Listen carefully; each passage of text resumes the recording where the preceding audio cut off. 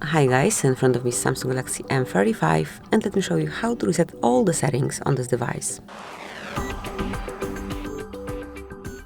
At first, open the settings.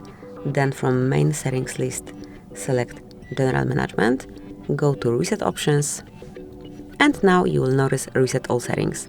Mark to perform the operation, and if you really want to remove all setup for your device except security settings, language accounts, personal data and settings for downloaded apps, just mark Reset Settings. Draw an unlock pattern, click on Reset,